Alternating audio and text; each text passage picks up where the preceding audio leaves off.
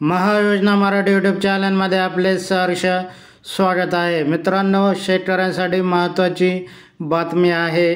आता तलाठी कार्यालयाला रजिस्ट्री झाल्यानंतर 3 दिवसाच्या आत शेतकऱ्यांना 7/12 तयार करून द्यावा लागणार आहे। याबाबतची माहिती महसूल मंत्री चंद्रशेखर बावनकुळे यांनी दिली आहे।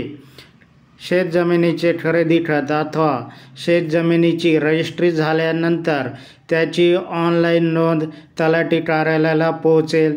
ऑनलाईन नोंद तलाठी कार्यालयाला मिळाल्यानंतर 3 दिवसाच्या आत तलाठीने शेतकऱ्यांना 7/12 उपलब्ध करून देणे आता बंधनकारक झाले आहे।